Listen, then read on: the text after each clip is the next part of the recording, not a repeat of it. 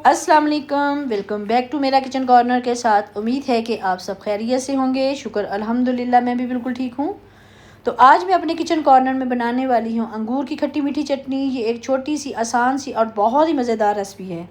बिल्कुल खट्टे मीठी चटनी जो है, जैसे आलू बुखारे की चटनी होती है सेम वैसे ही ये अंगूर की खट्टी मीठी चटनी होती है।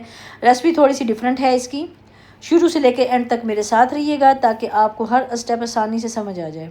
इन दिनों मार्केट में वैसे भी अंगूर बहुत ज़्यादा आए हुए हैं, तो क्यों ना इनसे फ़ायदा उठाया जाए, कोई नई चीज़ बनाई जाए। बच्चों को, बड़ों को, सबको बहुत पसंद है। स्पेशल मेहमानों को पेश करेंगे तो यकीन करें बहुत सबको पसंद आएगी।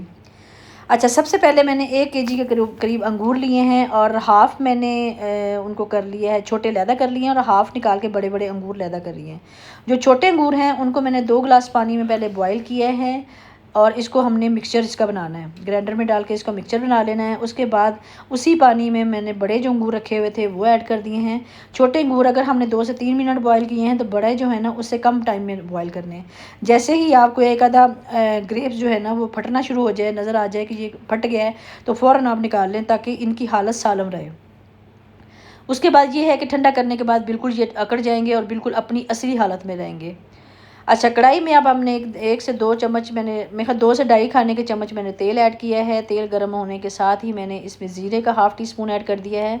ज़ीरे को बहुत ज़्यादा जलाना नहीं है, बस नॉर्मल सा कुरकुरा कर लेना। जैसे कुरकुरा होता है, जैसे ही इसकी खुशबू आना शुरू हो जाएगी तो साथ ही हमने इसके 10 से 12 ब्लैक पेपर जो है वो उसके काली मिर्च के दाने ऐड किए हैं। साथ में 1 टुकड़ा दालचीनी का है, हाफ़ टी स्पून इसमें सौंफ है, हाफ़ टी स्पून से थोड़ी सी कम इसमें दादर मिर्च है और हाफ़ टी स्पून से ही कम इसमें सुरख मिर्च है। अच्छा, यहाँ पे अगर शुगर के तौर पे अगर आप चीनी ऐड करना चाहते हैं तो 1 कप ऐड कर लें। अगर आपने शक्कर ऐड करनी है तो मैंने 1.5 कप जो है ना शक्कर ऐड की है। शक्कर वाली चटनी ज़्यादा मज़े की बनती है चीनी वाली चटनी से। चीनी वाली चटनी में पता नहीं मुझे थोड़ी सी कड़वाहट आती है। ये आपकी अपनी मर्ज़ी है, आप चीनी भी ऐड करना चाहते हैं कर लें, गुड़ शक्कर जो मर्ज़ी आप ऐड कर लें। और गुड़ वाली या शक्कर वाली का ये होता है कि थोड़ा सा कलर तो डार्क हो जाता है पर टेस्ट बहुत ज़बरदस्त आता है। अच्छा, सारा कुछ मैंने ऐड करके वही पानी जो बॉईल करके हमने अंगूर निकाले थे वही मैंने ऐड कर दिया है। साथ ही जो मिक्सचर बनाया था छोटे अंगूरों का वो भी मैंने ऐड कर दिया है। अब इसको इतना पकाना है थोड़ा सा थिक हो जाए, जैसे चटनी की थिकनेस होती है, थिकनेस आ जाएगी तो बस उसके बाद ये है कि जब थिकनेस थोड़ी सी आना शुरू हो जाए तो बड़े अंगूर ऐड कर दिए हैं। और साथ ही मैंने थोड़ा सा चूल्हा तेज़ कर दिया है। चूल्हा तेज़ करने का या आँच तेज़ करने का मकसद ये होता है कि अंगूर ज़्यादा नहीं गलेंगे, जो हमारा लिक्विड है या उसकी चटनी का जो है शीरा है वो जल्दी थिक हो जाएगा। अगर हम हल्की आंच पे रखेंगे, पहले सारा काम मैंने हल्की आंच पे किया है, अगर हल्की आंच पे रखेंगे तो ग्रेप्स गल जाएंगे और शीरा थिक नहीं होगा।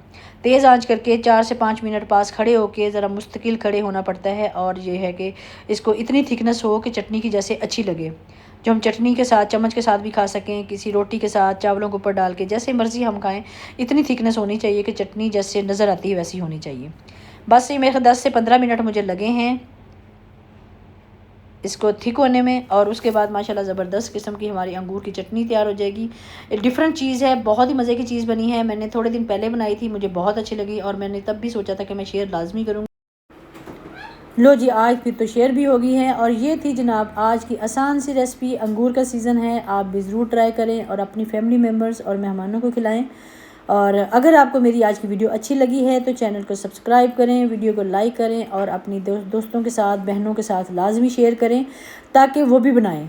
इंशाल्लाह नेक्स्ट वीडियो में किसी नई रेसिपी के साथ मुलाकात होगी। तब तक के लिए इजाज़त दीजिए। अल्लाह हाफिज़।